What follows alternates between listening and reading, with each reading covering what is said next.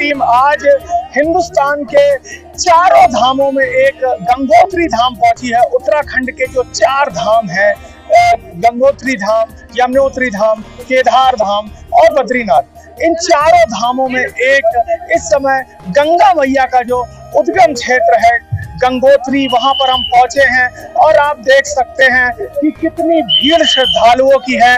पूरे हिंदुस्तान से श्रद्धालु यहाँ पर आए हुए हैं। हिंदुस्तान ही क्या, पूरी दुनिया से श्रद्धालु यहाँ पर आते हैं माँ गंगा को अर्पण करने के लिए, माँ गंगा से आशीर्वाद लेने के लिए। मैं आपको एक चीज और बताऊं कि यहाँ पर जो तर्पण है, जो तर्पण का जो जिस तरह से गया में होता है, वैसे ही यहाँ पर गंगा मैया का तर्पण होता है।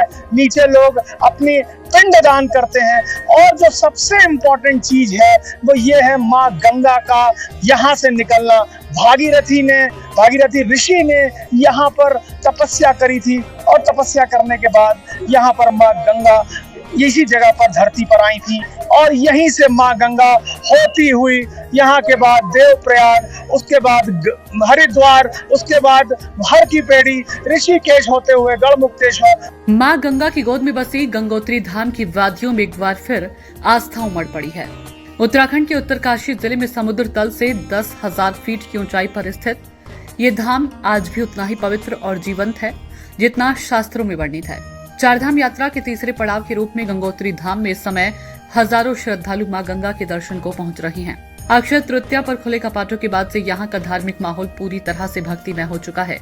उत्तरकाशी के पर्वतीय क्षेत्र में स्थित गंगोत्री धाम गंगा नदी की भूमि पर उत्पत्ति का प्रतीक है। मान्यता है कि राजा भागीरथ की तपस्या से प्रसन्न होकर मां गंगा स्वर्ग से पृथ्वी पर उतरी और सबसे पहले इसी स्थल पर प्रकट हुई। यही कारण है कि यहाँ स्थित गंगोत्री मंदिर को गंगा माता का प्रथम धाम कहा जाता है। 18वीं शताब्दी में गोरखा सेनापति अमर सिंह थापा द्वारा बनवाया गया ये मंदिर हिमालय की गोद में बसा एक आध्यात्मिक तीर्थ है, जहाँ न केवल भारत से बल्कि विदेशों से भी श्रद्धालु दर्शन को आते हैं। चलते हमारे संवाददाता ने वहाँ के स्थानीय दुकानदारों से भी बातचीत की। तो इस समय हम लोग माँ गंगोत्री के उस धाम के बाहर आ गए हैं जहाँ पर स्थानीय जो यहाँ के दुकानदार हैं वो हमारे साथ हैं। तो ये बताइए, क्या शुभ नाम है आपका? मेरा नाम सचिंदर राणा है। अच्छा सचिन राणा जी, ये बताइए कि 6 महीना डोली यहाँ पर मतलब माँ के दर्शन होते हैं, 6 महीना नीचे हर्षिल में दर्शन होते हैं माँ के, तो 6 महीना जब आप दुकानें बंद कर देते हैं तो कैसे गुजारा चलता है? बस हम सब गंगा माँ पे निर्भर हैं। जो थोड़ा बहुत हमारी सेब की खेती होती है और उसी को हम वो करते हैं, उसका मेंटेनेंस करते हैं बगीचे का 6 महीने तक। और यहाँ पे 4-5 फुट बर्फ गिरती है और उसके बाद हम जब बर्फ गिरती है तो बैठे रहते हैं। 4-5 फुट बर्फ गिरती है तो कुछ काम नहीं होता है, बर्फ में ठंड होती है। फिर अगर मौसम बर्फ अगर पिघलती है तो फिर उसके बाद हम सेब के बगीचे पे काम करने लगते हैं और हमारा कोई व्यवसाय नहीं है। अच्छा, 6 महीने जब यहाँ बंद रहता है तो क्या सड़कों का मार्ग ऐसा होता है कि आप लोग अपनी दुकानों को देखने आ पाते हैं? सड़कों का तो मार, अगर ज्यादा बर्फ गिरी तो 2-3 दिन बाद तो रोड पक्का खुलेगी। अच्छा। ये तो गवर्नमेंट का, ये जब से भारतीय जनता पार्टी सरकार आई तब से रोड आना जाना जी। यहाँ पे हमारा चाइना बॉर्डर भी है, इसलिए हमारे भारतीय सेना यहाँ पे बराबर वो आते जाते हैं। कितनी दूर है यहाँ से बॉर्डर? यहाँ से 100 किलोमीटर दूर है बॉर्डर। हाँ। तो आप लोग जो है जब 6 महीना काम नहीं करते हैं तो आप लोग इंतजार करते होंगे कि ये धाम खुले और हम फिर यात्रियों की सेवा करें। बिल्कुल। हम ये सोचते हैं कि कब हम यहाँ गंगोत्री माँ कपाट खुले और कब यात्री को आते तो है यात्री 6 महीने तो कम आते हैं, तो उतना व्यवसाय हो नहीं पाता है। जब बर्फ होती तब भी यात्री आते हैं देखने आते हैं, कम आते हैं। फिर उतना व्यापार कहाँ पर हो पाएगा? अगर एक आदमी के यार हो गए तो अभी तो ऐसा ही यात्रा कालीन हर किसी का वो हो रहा है। तो सुन सकते हैं कि स्थानीय लोग हैं जिन्होंने साफ तौर से बताया कि 6 महीना जब हमारी यहाँ पर यात्रा नहीं होती है तो वो अपने गांव के नीचे हर्षिल चले जाते हैं, जहाँ पर वो अपने जो उनका खेत है, जो उनके बागान है सेब के, वहाँ पर काम करते हैं। और भूटानी सरकार ने इतनी अच्छी रोड व्यवस्था कर रखी है कि जब यहाँ पर बर्फ भी होती है तो उनको आने जाने में कोई असुविधा नहीं होती है। कुछ दूर यहाँ पर बॉर्डर भी है हिंदुस्तान का, तो आर्मी का भी आवागमन काफ़ी रहता है, तो रोड्स का विकास बहुत अच्छे होते हैं। और यहाँ पर जो ये स्थानीय जो दुकानदार हैं उनको कहीं ना कहीं 6 महीना इंतज़ार करना पड़ता है अपनी अच्छी आमदनी का। दुकानदारों का कहना था कि जब कपाट दर्शन को खुलते हैं तब से 6 महीने हमें अच्छा बिजनेस मिलता है, लेकिन वहीं जब शीतकालीन कपाट बंद हो जाते हैं तो 6 महीने दुकानदारी बंद हो जाती है। उनका कहना है कि यहाँ साफ सफाई का भी प्रशासन द्वारा ध्यान रखा जाता है और उत्तराखंड पुलिस मौके पर श्रद्धालुओं की दिक्कतों के लिए मौजूद रहती है। सबसे ज्यादा जाम की स्थिति तब लगती है जब उत्तरकाशी पुलिस अपना महत्वपूर्ण रोल अदा करती है। तो अब सूचना इंडिया की टीम आज 4 धामों में एक प्रमुख धाम गंगोत्री धाम पहुंची है और हमारे साथ पंडित जी मुख्य जो पुजारी हैं वो हमारे साथ बात करने के लिए सुरेश सेमवाल जी हैं। और मैं सर से जानना चाहूँगा कि पंडित जी ये बताइए कि ये जो गंगोत्री धाम है इसकी एक प्रमुख जो महत्ता है वो क्या है?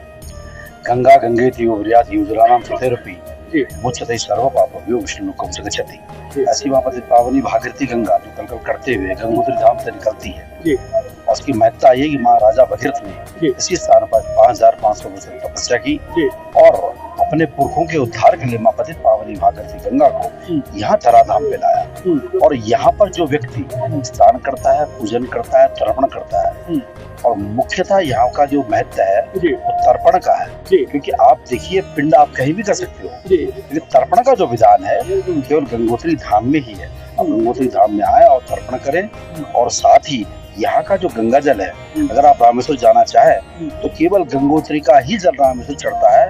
उसका मुख्य कारण ये है, यहाँ पर से थोड़ा सा आगे यहाँ पर गौरी कुंड है जहाँ पर सारी गंगा मैया गिरती है, तो उसके बाद वो जल जो है चढ़ावा माना जाता है। इसलिए भगवान रामेश्वर को जो जल चढ़ता है वो केवल गंगोत्री का ही जल चढ़ता है। ऐसी बिल्कुल मान्यता है। और भगवती गंगा का ये गंगोत्री धाम 10,000 साढ़े 10,000 फीट की ऊंचाई पर है। और निश्चित तौर पे मानिए दीपावली के बाद हम भगवती माँ गंगा की टोली को लेके और जो विग्रह है स्वर्ण का उसको लेके हम जाते हैं अपने गाँव में मुखवा में।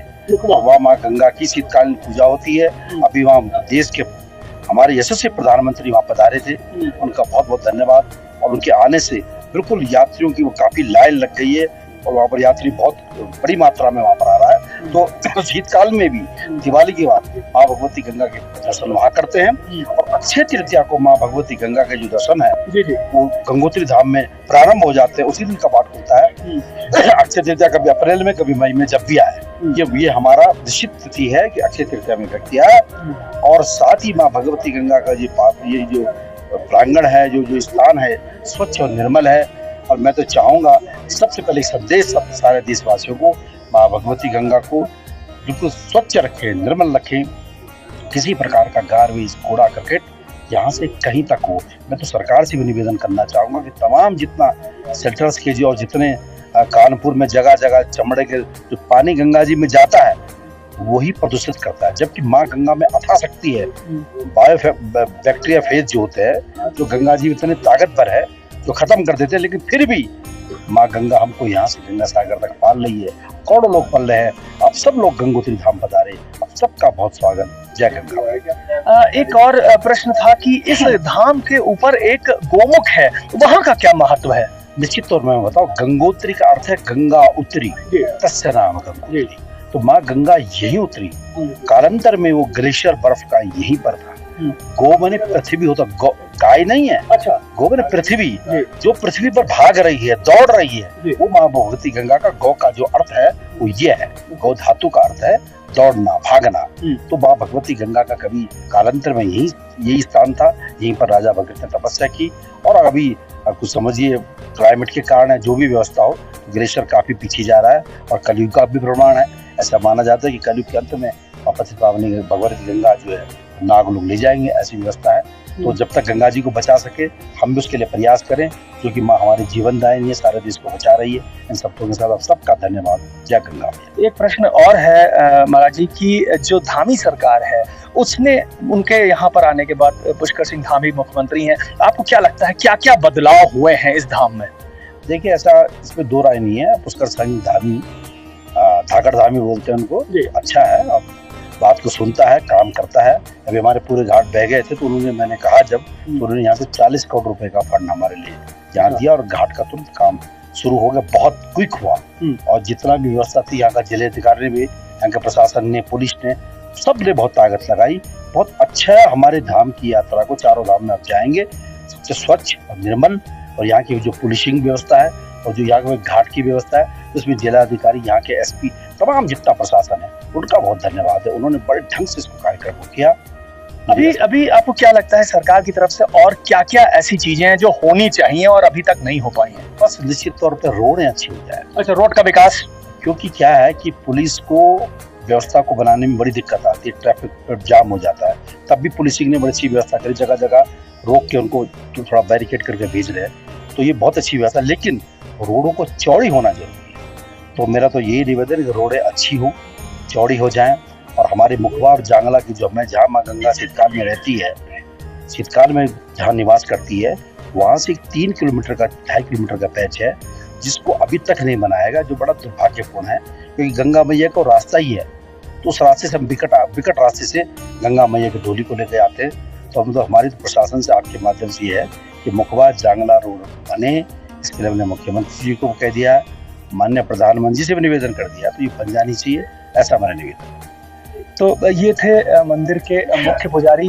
कितनी अहम बातें कही कि जहाँ से ये जो गंगा, पवित्र गंगा निकलती है और हिंदुस्तान के कोने कोने होते हुए गंगा सागर तक पहुँचती है, वहाँ पर कई जगहों पर उसके ऊपर दूषित जल आता है, गार्बेज आता है, कचरा आता है। तो आप समझ सकते हैं कि वो जो है, ये बहुत बड़ा संदेश है इस बात के लिए कि हमको अपनी गंगा को निर्मल रखना है। उन्होंने पुष्कर सिंह धामी की तारीफ करी, उन्होंने कहा काफ़ी कुछ सरकार ने किया है, धामी सरकार ने, लेकिन जहां पर शीतकालीन डोली रहती है माँ की, उस मार्ग जो 2.5 किलोमीटर का मार्ग है, उसका निवेदन है कि वो भी जो धामी सरकार है उसको बनाए।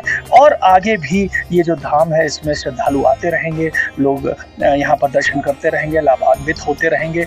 लेकिन सबसे बड़ा जो प्रश्न है वो यही है कि हमें अपनी जो गंगा, निर्मल गंगा है जो आज यहाँ से निकल रही है, उसके बाद जब वो पहुँचती है गंगा सागर तक, तब वो मैली हो जाती है। उसको बचाने का मिशन हमारे पूरे भारतवासियों। गंगोत्री धाम तक पहुंचने के लिए ऋषिकेश उत्तरकाशी होते हुए सड़क मार्ग से सीधी यात्रा संभव है।